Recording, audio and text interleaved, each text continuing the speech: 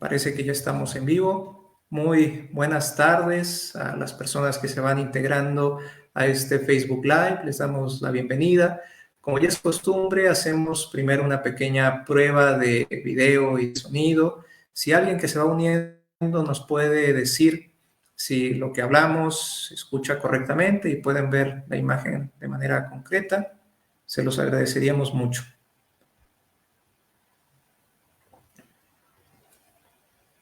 Nuestro segundo Facebook Live de este año.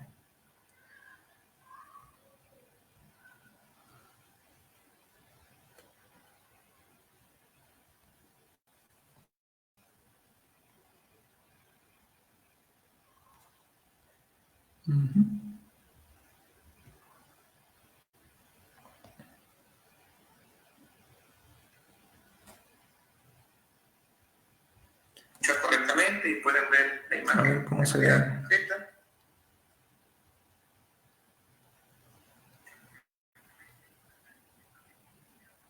Bien, está un poco desfasado el audio, pero acabo de checarlo con mi propio dispositivo. Por ahí se escuchó el eco. Se escucha bien y lo veo muy bien.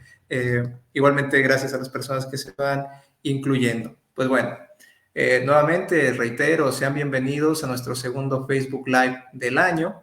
En esta ocasión tengo el enorme gusto y emoción de presentar a un querido colega que ya tiene realmente un arduo trabajo realizado en torno al tema que va a charlar con nosotros el día de hoy.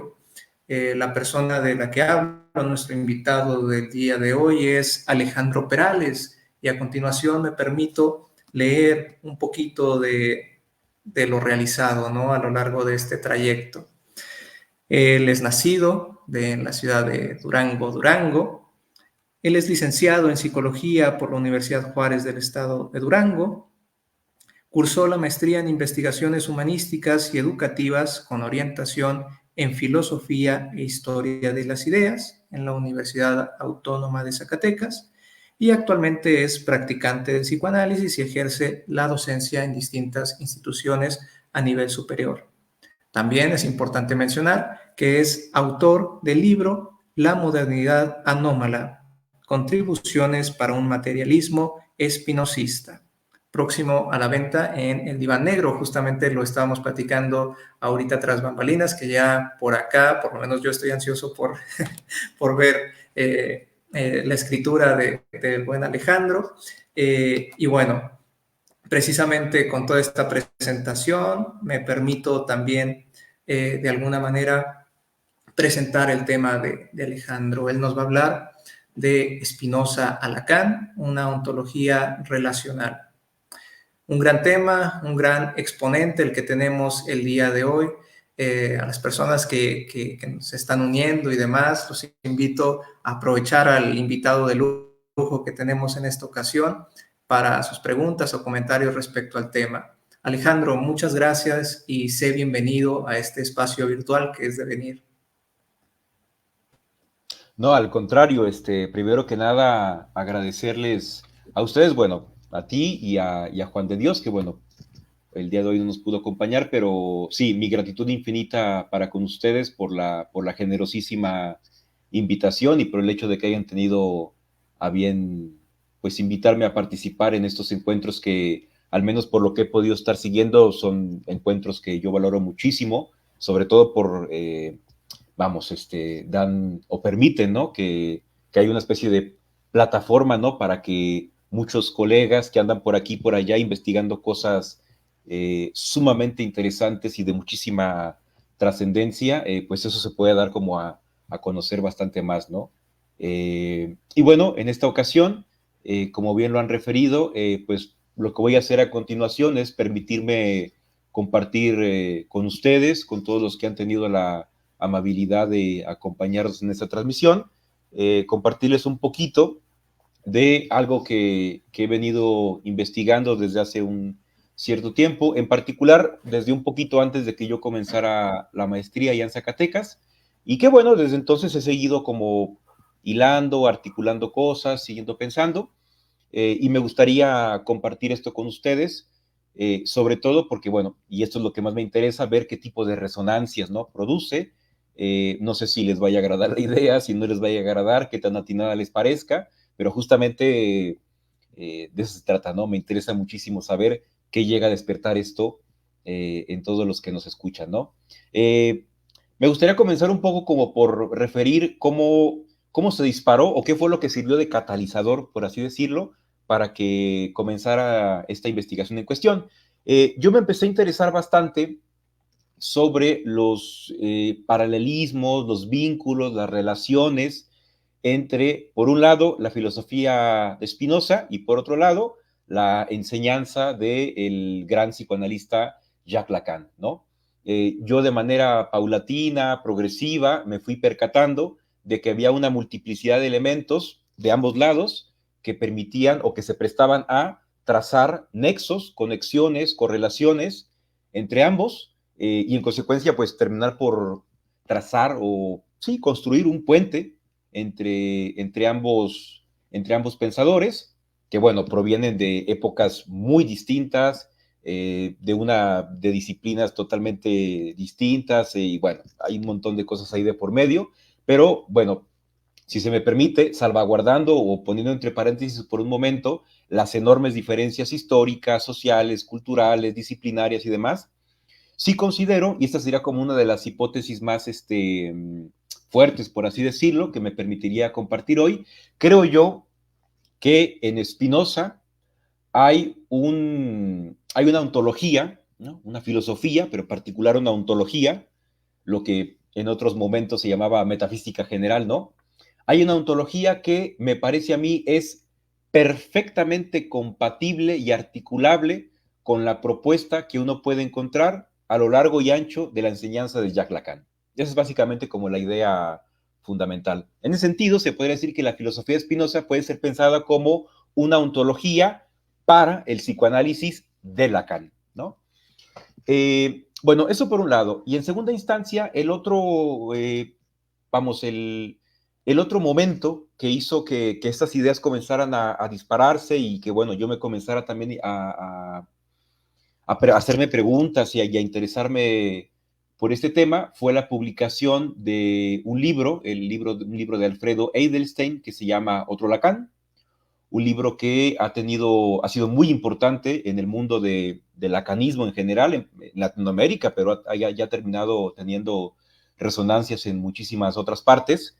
Ese libro fue para mí muy estimulante en muchos sentidos, pero una de las cosas más estimulantes que yo encontré en esa obra de Alfredo Edelstein fue justamente el hecho de que allí el autor se da a la tarea de investigar algunos de los desarrollos que Lacan llevó a cabo en torno a los conceptos de ontología y a un concepto introducido por él que es el de antifilosofía.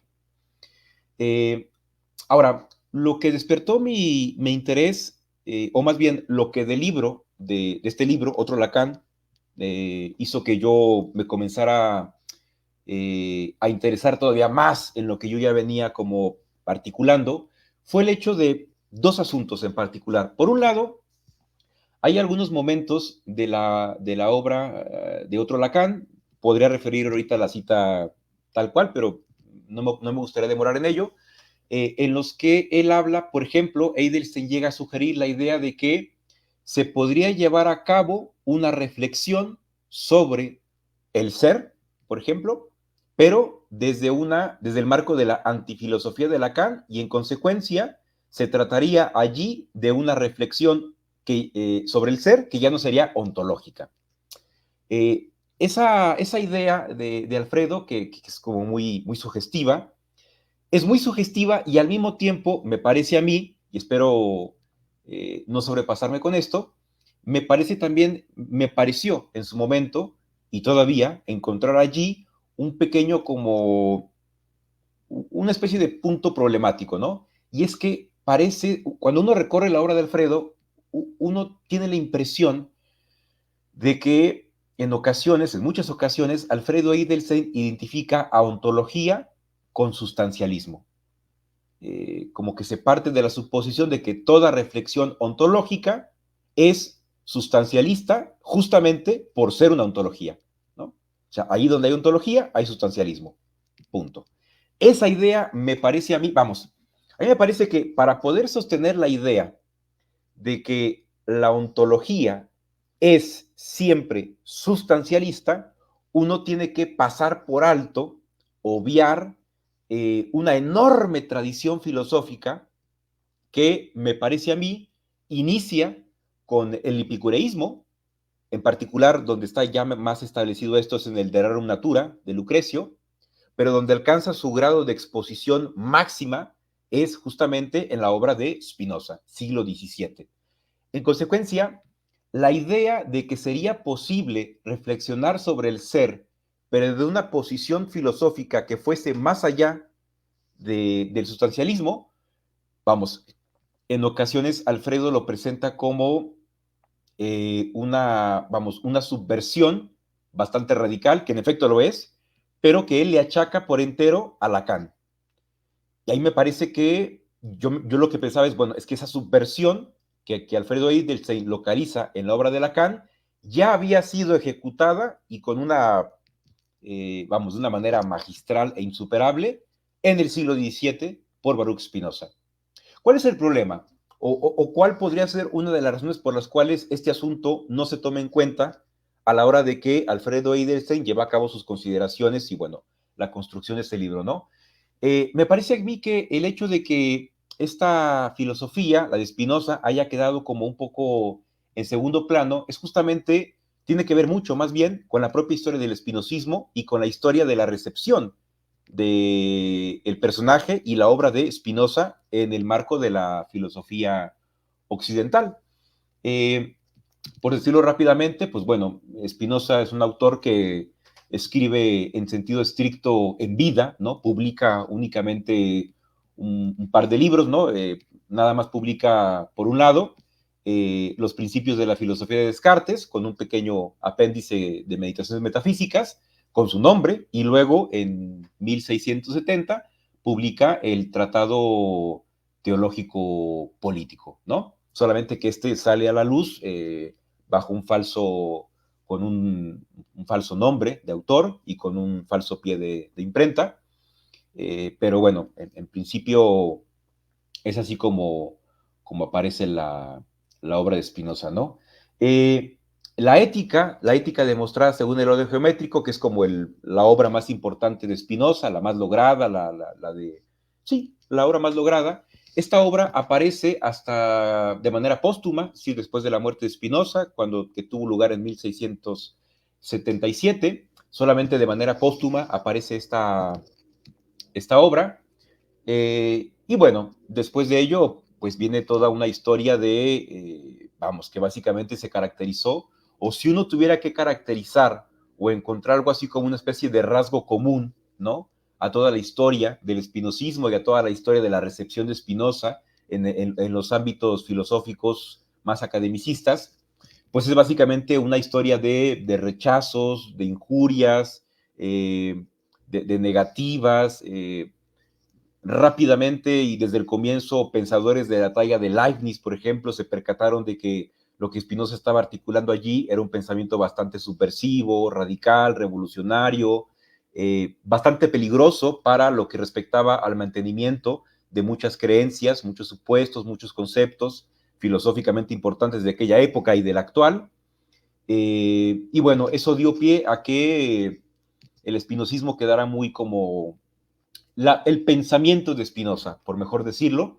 Eso contribuyó muchísimo a que quedara como un poco al margen, no ingresado, de hecho, en los ámbitos académicos. De hecho, Spinoza, en sentido estricto, entra al mundo filosófico, académico, por medio del idealismo alemán, en particular a partir de un asunto que terminó por llamarse la querella o la disputa del panteísmo, en la que estuvieron involucrados personajes de la talla de Kant, por ejemplo, Mendelssohn, Jacobi, y bueno, un sinfín de personajes, Lessing.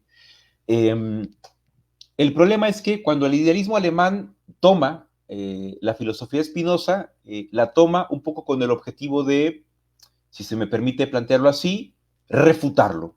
Es decir, el idealismo alemán es el primer gran movimiento filosófico que se toma a Spinoza bastante en serio, pero se lo toma en serio no para reivindicarlo, salvo quizás Schelling lo podríamos hacer a un lado, pero no era tanto para reivindicar a Spinoza, sino justamente para abjurar del spinozismo, ¿no? De alguna manera, el idealismo alemán, esto quizás suena un poco exagerado, ¿no? Pero una posible lectura del idealismo alemán consistiría en pensar al idealismo alemán como un conjunto de sistemas filosóficos que tenían por objetivo, ¿cómo plantearlo? Que tenían por objetivo sortear la dificultad que suponía la presencia del sistema de Spinoza allí en medio de la selva filosófica, ¿no? Era un poco como qué hacer con Spinoza, y bueno, las respuestas fueron muy variadas. Quien finalmente terminó por darle cierre a ese asunto fue Hegel, ¿no? Que terminó por construir el idealismo absoluto y demás, y bueno, Spinoza vuelve a quedar ahí un poco como al margen, ¿no? Sin quitarle mérito, por supuesto, al hecho de que el idealismo alemán se haya tomado tan en serio a la filosofía de Spinoza, y el hecho de que el idealismo alemán mismo puede pensarse como un movimiento filosófico construido por y para la neutralización de la filosofía de Spinoza. Dejando de lado eso, lo cierto es que el verdadero resurgimiento, el verdadero renacimiento de la filosofía de Spinoza, es decir, el primer momento de la historia en el que Spinoza es tomado en consideración, es revalorizado, pero esta vez con un signo positivo, es decir, esta vez es rescatado no para deshacerse de él, sino justamente para construir algo con él, fue pues el siglo XX, ¿no? A comienzos del siglo XX empiezan a aparecer una serie de trabajos muy importantes, una serie de pensadores. Para empezar, la edición crítica de las obras completas de Spinoza, que llevó a cabo Karl Gebhardt. Después empiezan a aparecer trabajos, en particular en Francia, muy importantes. No sé, por ejemplo, Individuo y Comunidad en Spinoza, de Alexander Materon. Todos los trabajos que se hicieron en torno al llamado Círculo Spinoza, es decir, Althusser y los alumnos de Althusser, la tesis doctoral, Spinoza y el problema de la expresión, de Gilles Deleuze. Es decir, hubo una serie aparecieron, ¿no?, en escena. Martial Guéroult, por ejemplo, publica también una obra muy importante al respecto. Empiezan a aparecer una serie de textos y de comentarios de la obra de Spinoza que tenían por objetivo no ya abjurar del spinozismo, sino justamente rescatarlo para pensar lo que estaba ocurriendo en aquel momento, ¿no? Bueno, es un poco respecto a la historia de la recepción de Spinoza, ¿no? Ahora, dicho eso, y bueno, me gustaría un poco como ir aterrizando la idea, o más bien como tratar de puntualizar un poco mejor a qué me refiero cuando digo que la filosofía de Spinoza, la ontología de Spinoza, es perfectamente articulable y sin dificultad ninguna con la enseñanza de Jacques Lacan, ¿no? Para poder aterrizar esta idea, me gustaría partir un poco de lo siguiente. Para empezar, creo que tendríamos que, o una buena manera de comenzar sería la siguiente: localizar en dónde radica la subversión del pensamiento de Lacan y de la enseñanza de Lacan en el mundo del psicoanálisis. Es decir, cuando Lacan entra en escena en el mundo psicoanalítico, lo que uno podría ponerse a pensar es, ok, vale, ¿qué fue lo que introdujo Lacan en el psicoanálisis que supuso una ruptura total, radical, con respecto a todo el pensamiento psicoanalítico anterior, ¿no? Porque me parece que es así, ¿no? Y bueno, es una lectura que, como cualquier otra, está sujeta a críticas, a revisiones y demás, pero me parece que sí hay una ruptura importante por parte de Lacan con respecto a todo el pensamiento psicoanalítico anterior. Sería difícil enumerar todas las rupturas, ¿no?, que Lacan llevó a cabo con respecto al pensamiento psicoanalítico anterior a su llegada, pero por razones meramente didácticas, por así decirlo, me interesa hacer la siguiente propuesta. Hay un libro de un autor que se llama Jean-Claude Milner, que se llama El periplo estructural, que bueno, dejando de lado filias y fobias que uno pueda tener con autores y dejando de lado también el hecho de que este autor, Jean-Claude Milner, hacia el final de su libro, arroja una hipótesis con la que yo lo personal no comulgo. Dejando de lado todo ello, Jean-Claude Milner ha hecho señalamientos muy interesantes en ese libro que nos pueden ayudar a pensar un poco dónde radica la subversión lacaniana en lo que respecta a su ruptura con la tradición psicoanalítica interior, incluyendo la de Freud, sobre todo la ruptura con Freud, ¿no? Y me parece que esa ruptura cabe perfectamente bajo una expresión que Jean-Claude Milner acuña en este libro, El periplo estructural. Y básicamente lo que el Milner alega en ese libro, entre otras cosas, es que esa innovación de Lacan consiste en haber introducido en el psicoanálisis lo que él llama la conjetura hiperestructuralista, que es una idea maravillosa. Para aterrizar un poco rápidamente a qué se refiere Milner con esta idea, lo voy a plantear de la siguiente forma. Lo que Jean-Claude Milner llama la conjetura hiperestructuralista de Lacan es básicamente la suposición de que Lacan, o más bien que la gran ruptura que introdujo Lacan en el psicoanálisis es una ruptura que se hizo no solamente con respecto a toda la tradición psicoanalítica anterior a Lacan, sino sobre todo una ruptura con la ontología, con el sistema filosófico, ontológico, que subyacía a todos los desarrollos psicoanalíticos anteriores. Es decir, si Lacan puede romper con la tradición psicoanalítica anterior a él, es porque, en primer lugar, la primera ruptura de Lacan fue con la tradición filosófica occidental, digámoslo así, académica, ¿no? Es decir, la ruptura de Lacan fue primero con la ontología clásica. Ahora, ¿qué es lo que vamos a entender acá por ontología clásica? Básicamente, y si se me permite esta manera un poco abusiva de plantearlo, la ruptura con la ontología aristotélico-tomista. Es decir, la ruptura con aquella ontología en conformidad con la cual, o según la cual, la unicidad de los entes, lo que hace que una determinada cosa sea esa cosa y no otra, la suposición de que en toda cosa, en todo ente, hay una especie de identidad consigo mismo, es esa ontología que parte de la suposición de que los entes son únicos, de que están dotados de unicidad, de que son lo que son con total y absoluta independencia de todos los otros entes, ¿no? La idea de que la unicidad es anterior a la multiplicidad, esa idea que está en el corazón, en el centro de la ontología clásica, esa es la idea con la que Lacan rompe por completo.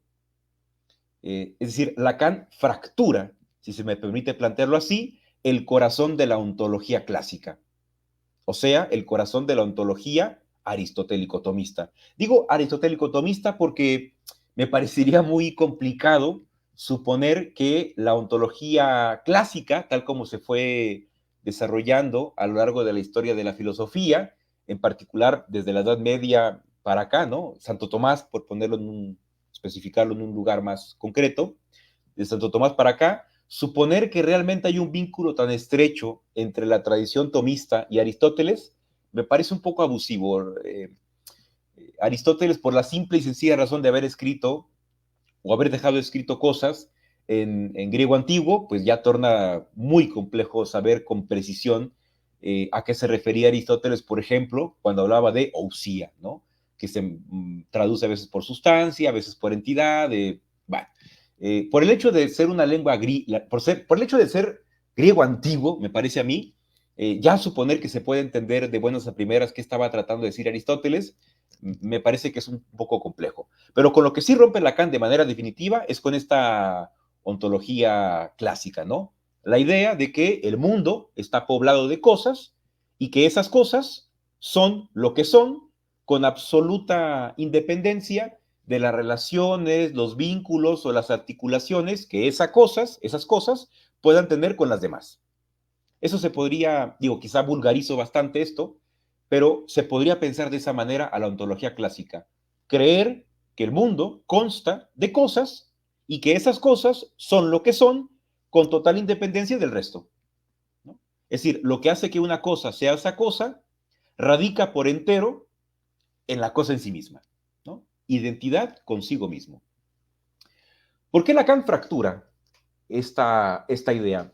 Porque Lacan, con la conjetura hiperestructuralista, como le llama Jean-Claude Milner, básicamente lo que alega es lo siguiente, vamos a plantearlo así, lo que Lacan hace es básicamente llegar y decir, bueno, es que con la doctrina del significante, una expresión que, por cierto, aparece en el libro de Jean-Claude Milner, Milner lo que dice es, bueno, cuando Lacan introduce su doctrina del significante, fractura la ontología clásica, fractura el corazón de la ontología clásica. ¿Cómo? Pues bueno, la fractura de la siguiente manera. Al introducir la doctrina del significante, de hecho, la definición canónica del significante ya puede darnos una pista. Un significante es lo que representa a un sujeto para otro significante.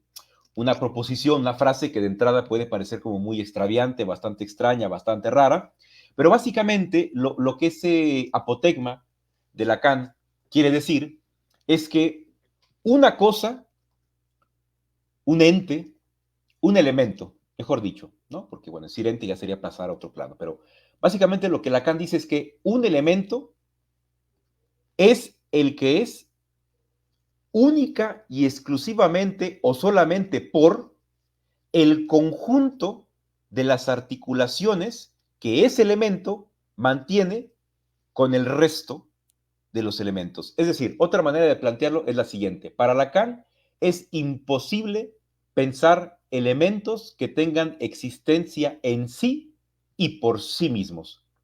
¿Por qué? Porque en última instancia un significante no es nada per se, no es nada por sí mismo. Un significante no es más que la sumatoria de las oposiciones y las diferencias de ese significante para con el resto de los significantes con los cuales está articulado.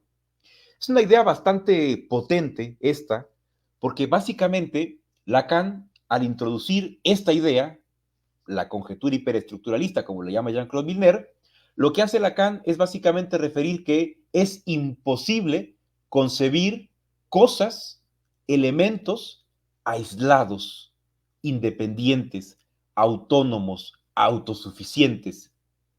Y, en consecuencia, si lo que Lacan dice es que un significante es lo que representa a un sujeto para otro significante, bueno, ahí se produce otra gran ruptura, y es la ruptura con el subjetivismo. ¿A qué me refiero con la ruptura con el subjetivismo? Lo voy a plantear de la siguiente forma. Lacan, al romper con el corazón de la ontología tradicional, es decir, con la idea según la cual cada cosa es lo que es, con total independencia de sus vínculos, sus relaciones, sus articulaciones con el resto, al ejecutar ese movimiento y al introducir la idea de que el significante no es más que, ni menos tampoco, no es más que el conjunto de sus oposiciones y diferencias para con los otros significantes, lo que hace Lacan con ese movimiento es hacer de la realidad, ¿no?, una realidad relacional. Es decir, una realidad en la que cada una de las cosas allí existentes existen en tanto y en cuanto están siempre ya inscritas en una red o un plexo de elementos que están todo el tiempo relacionándose entre sí. Pero no en el sentido de que, ok, primero hay elementos y luego esos elementos se relacionan entre sí. No. La relación es anterior a la aparición de los elementos, que también es otra idea muy, muy disruptiva, ¿no? Es decir, no es que los elementos se relacionen entre sí, es que porque hay relaciones, puede haber elementos. Otra manera de pensarlo, no es que haya cosas y luego esas cosas se relacionen entre sí y producen más cosas. No, no, no. Porque hay relaciones, puede haber cosas. Primero la relación, luego los elementos. Otra manera de plantearlo. Los elementos que se relacionan entre sí no preexisten a la relación entre esos elementos. Primero la relación, luego el elemento. Esta es una idea muy potente, de una potencia, vamos, es subversiva filosóficamente, tiene una potencia clínica. Yo creo que los practicantes del psicoanálisis que estén por acá escuchándonos, y si son practicantes del psicoanálisis lacaniano tanto más, sabrán que ese principio, que es como uno de los grandes, ¿no?, axiomas de la doctrina del significante, como la llama Jean-Claude Miller en ese libro, tiene una potencia clínica bastante importante y de amplio calado, ¿no? Ahora, cuando uno se pone a pensar en esa idea, en la conjetura hiperestructuralista de Lacan, esta idea de que, bueno, es un error suponer que hay elementos que significan por sí mismos, porque, bueno, Lacan plantea todo esto en el terreno del psicoanálisis, lejos de pensar que los elementos puedan significar por sí mismos, o sea, que un solo elemento, de manera totalmente aislada, pueda significar algo. Lacan rompe completamente con esa idea, porque básicamente la idea de Lacan es para que un determinado conjunto de elementos produzca significación, se requiere una articulación mínima de esos elementos, o mejor dicho, se requiere de una cierta articulación mínima para que existan elementos. Y una vez que se da esa cierta articulación mínima que produce elementos, produce al mismo tiempo significación, ¿no? Produce significados. Bueno, una vez planteado esto, uno puede decir, sí, en efecto, y con toda justicia, eso es completamente subversivo. Lacan acá está rompiendo no solamente con el pensamiento psicoanalítico anterior, está fracturando la totalidad de la tradición filosófica occidental, cuando menos la tradición filosófica occidental triunfante, ¿no? Pero, y acá está el gran pero esa no es una ruptura que se le pueda achacar por entero a Lacan. Es más, es una ruptura, sí, indudablemente, pero me parece precipitado, por no decir abusivo, suponer que esa es una ruptura que se introdujo en el pensamiento occidental por Lacan. Esa ruptura ya existía desde Spinoza. Spinoza fue quien introdujo esa ruptura, no Lacan. Cosa que es como, vamos, a manera de nota, ¿no?, a pie de página. Creo que sería también interesante investigar por qué razón Lacan nunca estableció este vínculo. Quiero decir, Lacan menciona en varios momentos de su enseñanza a Spinoza, dejando de lado, por supuesto, las conocidísima, ¿no?, la archiconocidísima alusión a Spinoza en el seminario 11 y demás. Hay muchos otros momentos en los que Lacan cita a Spinoza. Pensaba, por ejemplo, en el seminario 14, me parece, no recuerdo si no fue el 14, donde Lacan menciona a Spinoza a propósito de esta idea según la cual la esencia del deseo, la esencia de la realidad es el deseo, por ejemplo, cosas por el estilo. Creo que está como para investigar por qué Lacan nunca llevó a cabo por sí mismo este enlace, pero dejando de lado ello, me gustaría como aterrizar ahora un poco más. ¿Por qué digo que esa subversión que Alfredo Edelstein le achaca por entero únicamente a Lacan? Me parece que el error estriba en esa obra, por ejemplo, de Alfredo Edelstein, primero, en suponer que toda ontología es sustancialista. ¿Por qué? Porque hubo ontologías que no eran sustancialistas. Un ejemplo, la de Spinoza. En segunda instancia, porque esa fractura, esa ruptura, ese gesto subversivo no fue introducido por Lacan, pero Lacan no fue el primero en introducirlo, ya lo había introducido mucho tiempo antes Spinoza en el siglo XVII. ¿Por qué se desconoce el dato? Muy probablemente por la posición marginal que siempre tuvo Spinoza, hasta que en el siglo XX fue reivindicado y se produjo esta especie de resurgimiento, ¿no?, de Spinoza, ya no como un resurgimiento o ya no como una especie de, como ir a desenterrar a Spinoza, pero solamente para volverlo a enterrar y más profundo. Me parece que ese fue el movimiento del idealismo alemán, desenterrar a Spinoza para darle una sepultura más definitiva, ¿no? Y de alguna manera exorcizar para siempre el espectro del espinosismo. Operación fallida, afortunadamente, porque el siglo XX trajo consigo a pensadores que rescataron a Spinoza. Ahora, ¿qué vale la pena rescatar de Spinoza y cómo podríamos vincularlo con Lacan? Bueno, hay muchas maneras. De hecho, hay una multiplicidad, hay una amplia variedad de temáticas a través de las cuales se pueden trazar sin ningún tipo de dificultad puentes entre Lacan y Spinoza. Pero, por el momento, me gustaría limitarme únicamente al siguiente. Lacan, en diversos momentos de su enseñanza, ha llegado a decir, o llegó a decir, en escritos y en los seminarios, y con independencia de cuál edición del seminario consulte uno, esto es una invariante en todas las ediciones de los seminarios, Lacan hace constantemente referencias al hecho de lo siguiente. Lacan suele decir que la gran subversión freudiana radicó en haber postulado el concepto o la conjetura del inconsciente, entendiendo en este contexto lo siguiente.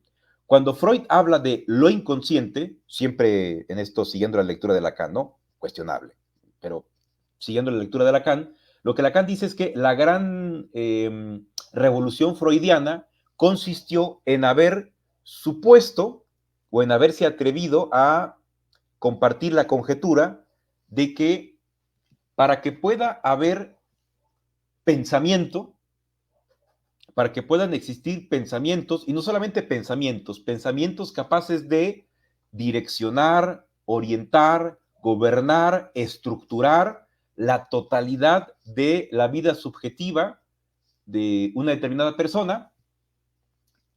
La gran idea freudiana, la revolución freudiana consistió en haber llegado y decir, bueno, hay pensamientos sin pensador. Hay pensamientos cuya eficacia y operatividad no depende bajo ningún respecto de la necesidad de que haya allí un sujeto pensante. La desvinculación del pensamiento y la subjetividad fue el gran paso que dio Freud, ¿no? Es decir, no solamente desvincula al pensamiento y a la subjetividad, es decir, para que haya pensamiento y para que ese pensamiento sea efectivo y operativo, no es necesario que ningún sujeto lo esté pensando. Y es una idea bastante radical esta, ¿no? Porque en Occidente, sobre todo, ¿no? En Occidente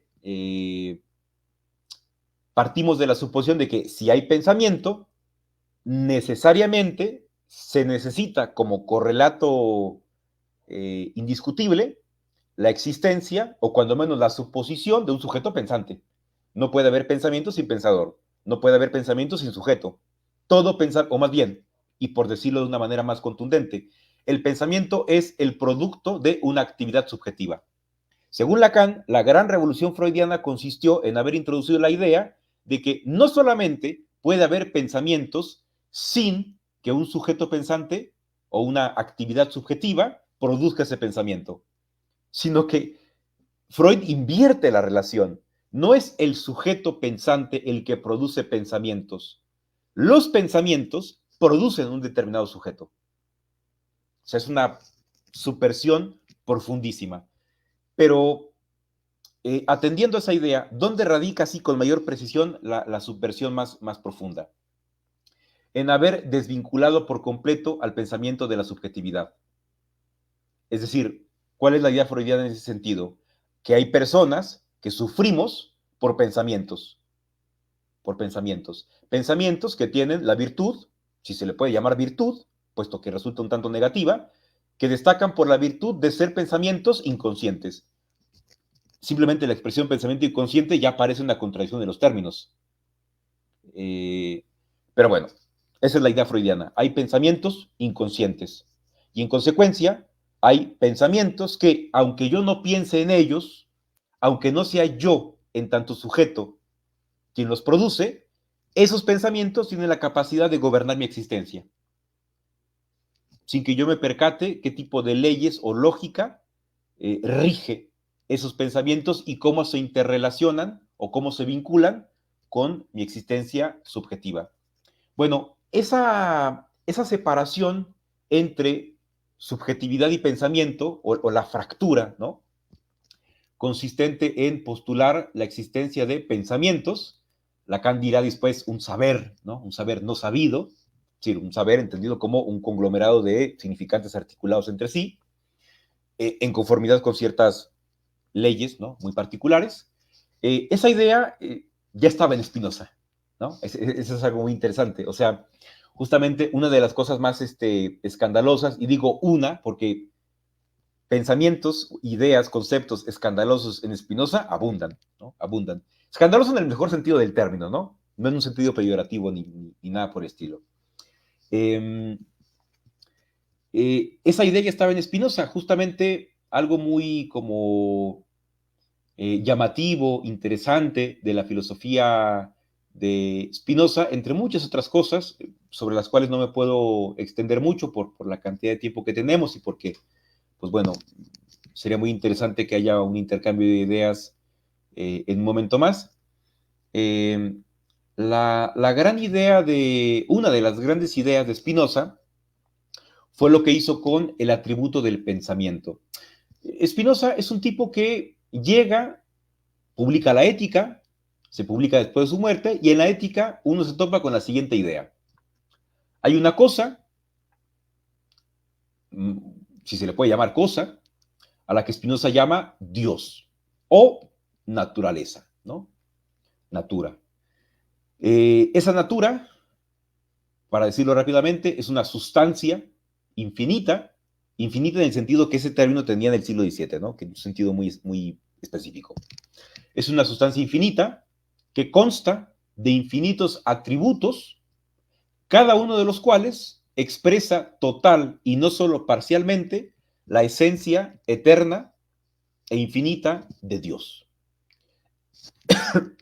De esos atributos, los seres humanos conocemos dos, que no son la materia y el pensamiento, son la extensión y el pensamiento.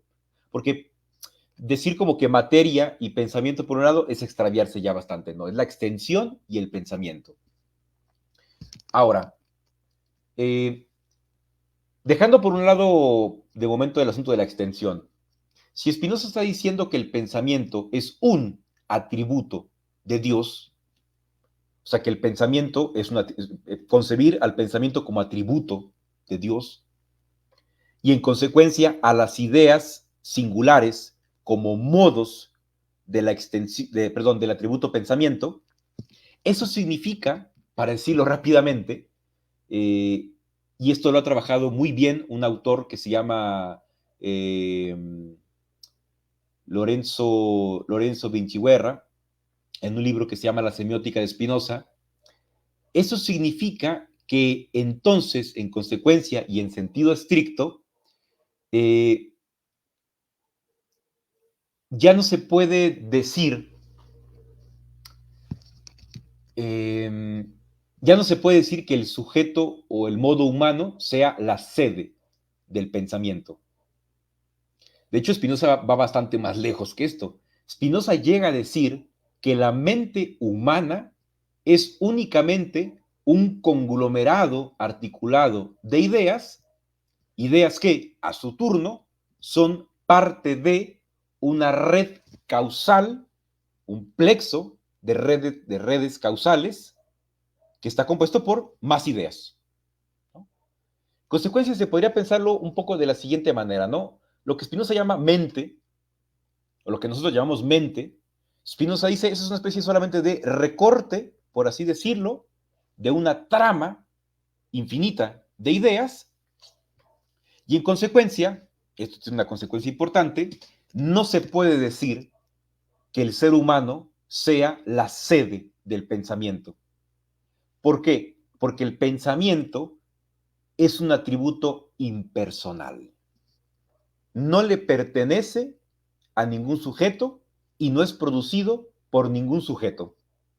Uno puede decir, bueno, es producido por Dios. Dios no es un sujeto.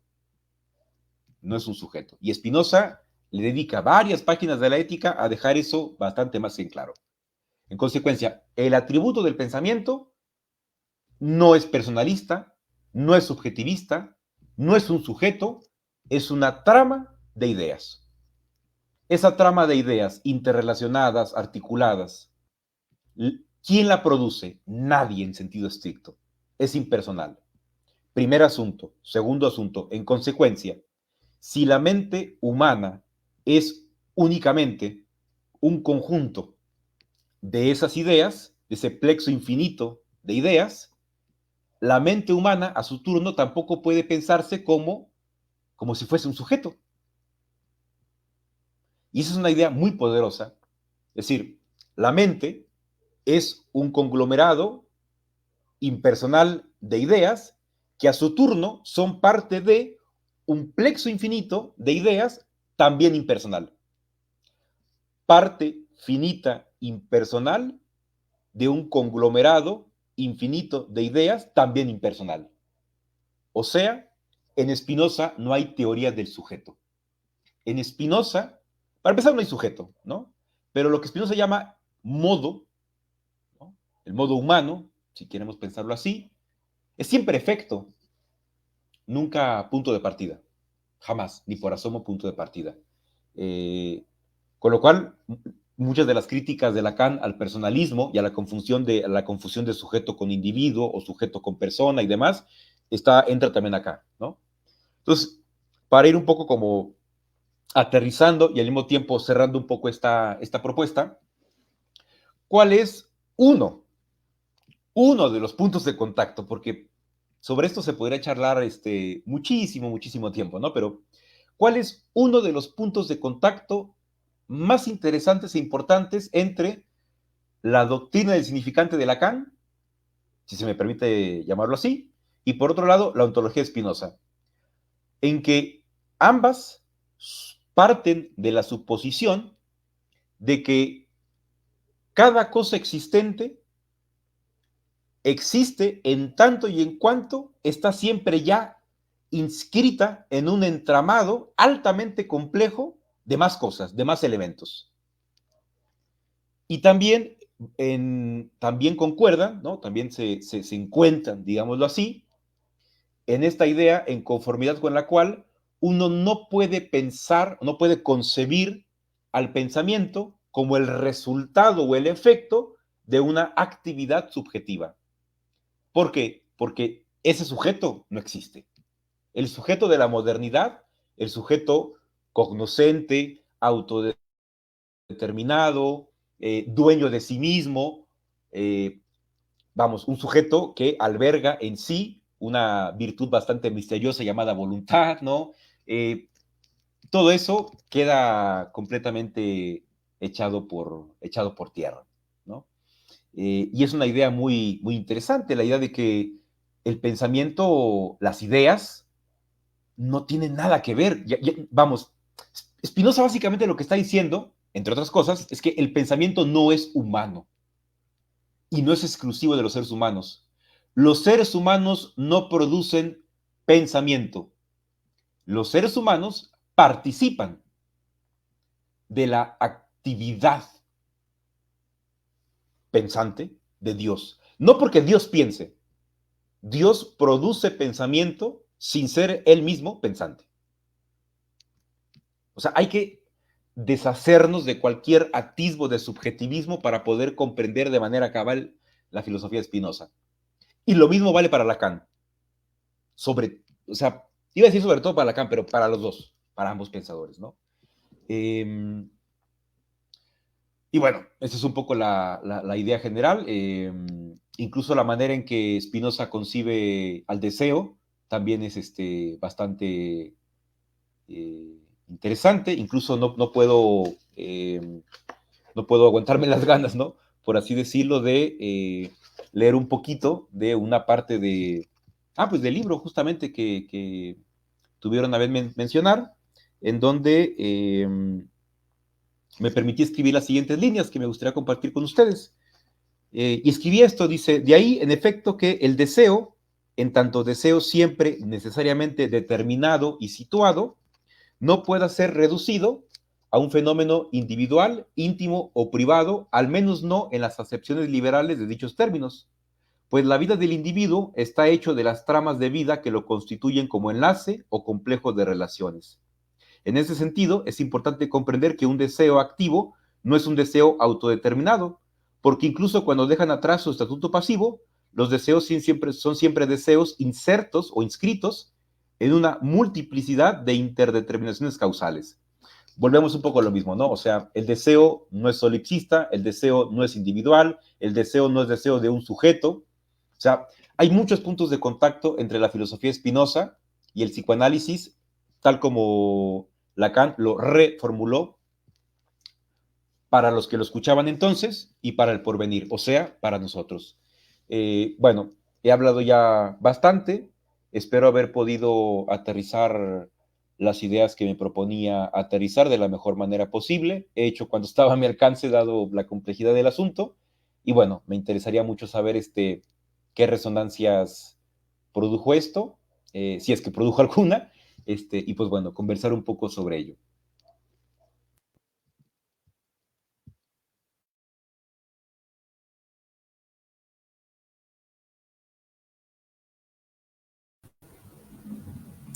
No, no, no, al contrario, muchas gracias Alejandro, porque como tú mismo lo dices, no es un tema sencillo, sin embargo considero que la manera en que lo pudiste exponer el día de hoy invita en primer lugar a interesarnos en el tema, pero también das pauta para conceptos que forman parte tanto de la teoría de Spinoza como de Lacan, explicado de una manera, no rebajas esa complejidad, digámoslo, eres muy leal precisamente a estos autores, pero lo explicas precisamente para todo el público, ¿no? Precisamente sobre esta relación en específico, es una relación que considero bastante interesante y que, digámoslo, como tú mismo lo has dicho, hay bastante de lo que se puede hablar. Eh, pero muchas gracias por esas pinceladas de alguna manera sobre la teoría tanto de Lacan como de Spinoza. Ahora, pasamos precisamente, como lo platicábamos, a este espacio para preguntas y respuestas. De entrada, yo quiero aprovecharte que estás acá, Alejandro, y realizar la pregunta. Igualmente por mientras, los demás si gustan dejar su comentario, su pregunta, que ya por aquí hay uno, pero si hay más, adelante en la barra de comentarios. Bueno, la pregunta, Alejandro, sería, ¿cómo concibes de alguna manera las implicaciones clínicas de esta relación, digamos, teórica entre Spinoza y Lacan? Principalmente sobre este aspecto que realzaste al final, sobre una teoría sin sujeto, ¿no? En esta cuestión de Spinoza. ¿Qué, ¿Qué sería la implicación que podría tener en la clínica como tal? Uf, esa es una pregunta potente, pero en principio yo lo plantearía de la siguiente manera. Yo creo que una de las implicaciones más importantes que esto tendría, la ausencia de una teoría del sujeto en la filosofía de Spinoza, por un lado, y por el otro, el correlato, por así decirlo, de esta idea en Lacan, que pues es eh, la idea del sujeto como siempre siendo efecto del significante, nunca causa. Eh, eh, yo creo que tiene muchas consecuencias clínicas, ¿no? Pero una que se me ocurre así rápidamente es que una gran parte de las ideas que suelen deambular y circular por el mundo psicoanalítico, en particular los colegas, ¿no? Que están un poco como más próximos a los desarrollos de algunos pensadores como Jack Alan Miller, algunos conceptos como por ejemplo el de responsabilidad subjetiva, ¿no? Eh, por mencionar solamente alguno, eh, esta idea según la cual uno podría de alguna manera, uno tendría incluso que imprimirle a, a la cura, ¿no? A la dirección de la cura, una orientación que vaya hacia que la persona que viene a consultarnos se vaya como tornando más responsable o se ubique a sí mismo como el agente causante del padecimiento que lo trae a encontrarse con nosotros. Me parece que esa idea que circula mucho en algunos ambientes psicoanalíticos, no en todos, me parece que sería una exageración decir que en todos, pero sí circula, y esa idea con Spinoza se puede pensar de una manera magistral, ¿no? No cambia completamente el tipo de, la manera en que uno piensa los casos, por ejemplo. O sea, me parece a mí que la manera en que yo dirigiría un proceso analítico, si yo pienso que de alguna manera la persona que viene a verme es el agente, en el sentido filosófico del término, ¿no? Es el agente, el causante o uno de los determinantes más importantes de aquello por lo cual sufre, pues yo voy a encaminar la cosa de una manera muy distinta a como la encaminaría o la dirigiría si yo parto de la suposición de que la persona que viene a verme por un sufrimiento que es consecuencia de eh, un, un determinado conglomerado de estructuras cuya lógica hay que esclarecer durante el análisis, pero que esas estructuras eh, no tienen a esa persona por causa. En todo caso, esa persona es el objeto del que se sirven esas estructuras para hacer de las suyas. Pero lo que yo tengo que localizar es, ok, ¿cuál es la lógica que rige las estructuras de la que esta persona no es consciente, pero que lo están tomando como objeto, ¿no? Y le están produciendo cierto malestar? Es decir, yo no parto de la suposición, para empezar, no localizo al sujeto con la persona que tengo enfrente. El sujeto, el tema, el asunto, se construirá sobre la marcha del análisis y siempre pensando del lado de Spinoza en que esos pensamientos son impersonales, o sea, o mejor dicho, si se me permite esta especie de entrecruzamiento de Lacan con Spinoza, pensar que esas estructuras eh, son impersonales, en consecuencia no tiene sentido que yo me ponga a pensar quién las pensó por vez primera. De hecho, desde la filosofía Spinoza esa pregunta no tendría ningún sentido. O sea, el pensamiento nunca es pensamiento de sujetos. No hay sujetos para empezar. En ese sentido, me parece que Spinoza está más radical que Lacan en cierto respecto. Me parece que sería una consecuencia clínica, se me ocurre, ¿no? Que esa podría ser una de las consecuencias clínicas. Creo que eso cambia de una manera muy notable cómo va uno a leer, si se me permite plantearlo así, a leer un sueño, a leer un síntoma, a leer un lapsus, a leer el material, ¿no? Que se produce en las sesiones, la manera en que uno va a ir a leer eso y a pensar el caso y en consecuencia imprimir la dirección del caso va a ser muy diferente a como lo haría uno si uno partiera de la suposición de que aquello por lo cual sufre la persona que viene a vernos es por algo que está adentro de esa persona, por ejemplo, ¿no? El internalismo, si se me permite la expresión, es algo que también fue muy fuertemente criticado por Spinoza, o que ese sufrimiento se debe a una falta a alguna falla de la voluntad o a una mala fe, no sé, cosas de ese estilo me parece que empiezan a aparecer a borbotones consecuencias, ¿no? Muchas consecuencias empiezan a aparecer para la clínica, pero se me ocurre que esa podría ser una, entre muchas otras. Wow, sí, sí, sí, por completo es de alguna manera todo un plano interesante que yo creo que precisamente se podría considerar incluso más auténtica a la visión del inconsciente, incluso, ¿no? De Lacan, precisamente. Eh, Precisamente frente a estos extravíos de la responsabilidad subjetiva y todo este problemática, podría decirlo yo, ¿sí? Muchas gracias, Alejandro. Por acá hay dos preguntas. Norma nos dice, ¿podríamos decir que para Descartes el que piensa y habla es el mismo y para Lacan el que habla no es el mismo que aquel que piensa? Totalmente de acuerdo, totalmente de acuerdo. Sí, sí, sí, totalmente de acuerdo, porque justamente A Spinoza, de hecho, por lo general, por ejemplo, se lo suele presentar como una especie de, por ejemplo, Hegel, no lo dudan hacer en sus lecciones de historia de la filosofía, Hegel no tiene ningún reparo en decir que Spinoza es un simple cartesiano, con alguna que otra novedad. Es como, no, de hecho, Pedro Lomba, por ejemplo, que es un filósofo español, un comentarista, un trabajador de la obra de Spinoza muy importante, tiene varios textos en los que se ha dedicado justamente a demostrar. Hay uno en particular, creo que lo tenía por aquí, no recuerdo dónde le dejé, por ahí debe de estar, que se llama, tengo miedo de equivocarme, pero creo que se llama Modernidad y Libertinismo, algo por el estilo, libertinismo filosófico.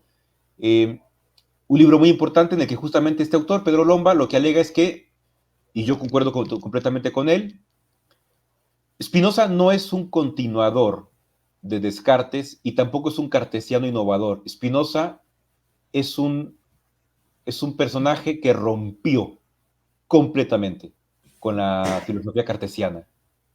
Tanto así que en el límite, y sin exagerar, y esta es una idea que no solamente él ha defendido, Jonathan Israel, por ejemplo, un historiador muy importante, también lo ha defendido, se podría pensar perfectamente que si uno concibe a la modernidad como un movimiento filosófico inaugurado de alguna manera por Descartes, se podría pensar perfectamente que Spinoza es el inaugurador, el fundador de la alternativa a esa modernidad.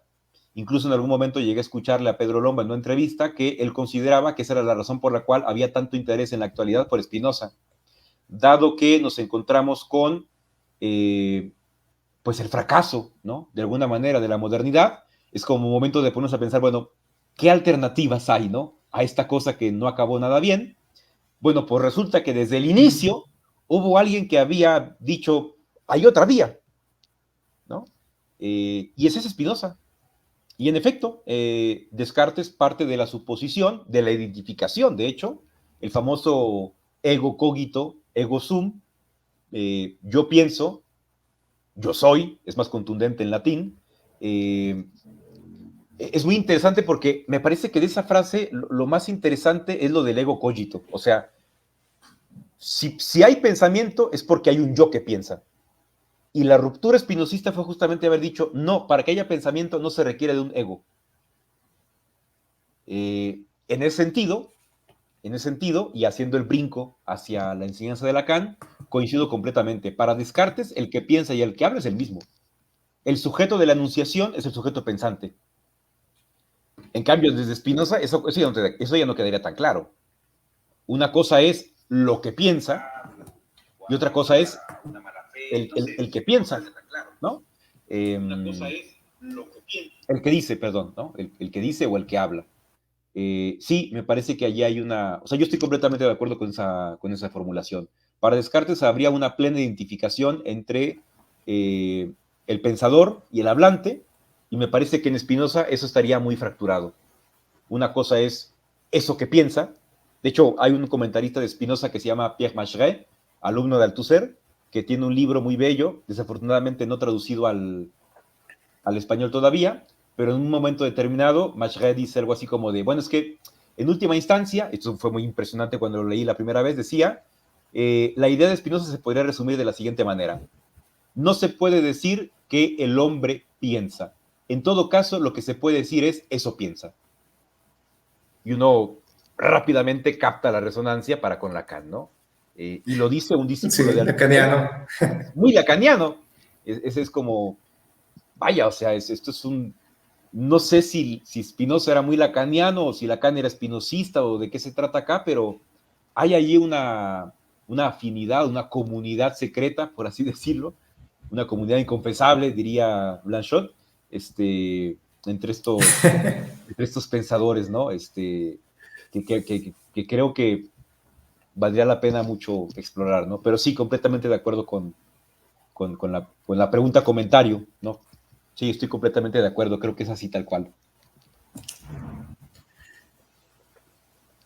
Muy bien, gracias Alejandro. Y por acá hay otros dos comentarios que a final de cuentas yo creo que incentivan un poco el espíritu de la charla del día de hoy, ¿no?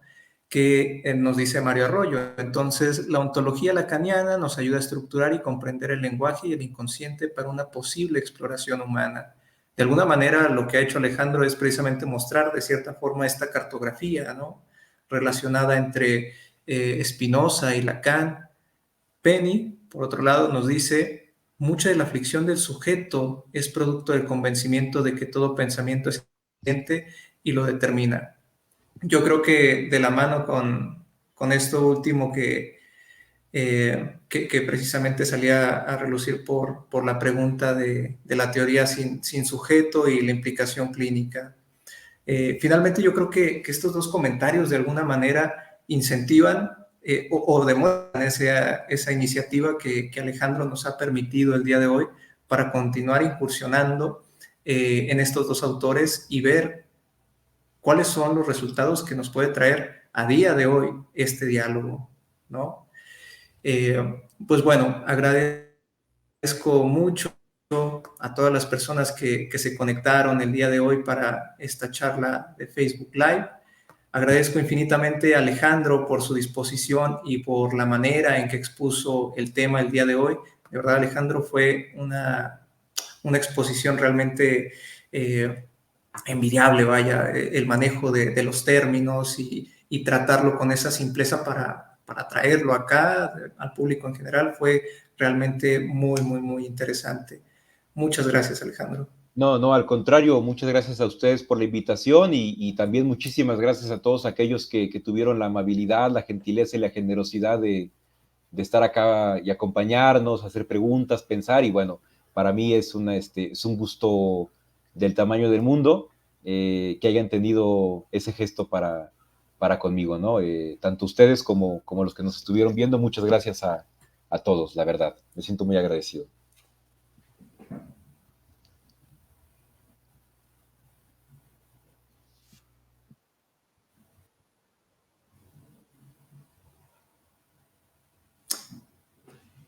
No, gracias, gracias infinitas, Alejandro. Y bueno, bienvenido también a nuestro grupo de invitados acá en Devenir. Esperamos nuevamente planear algún tipo de proyecto, actividad en conjunto. Realmente, gratamente satisfecho con esta charla. Muchas gracias, Alejandro. Y nos vemos. Gracias a todos.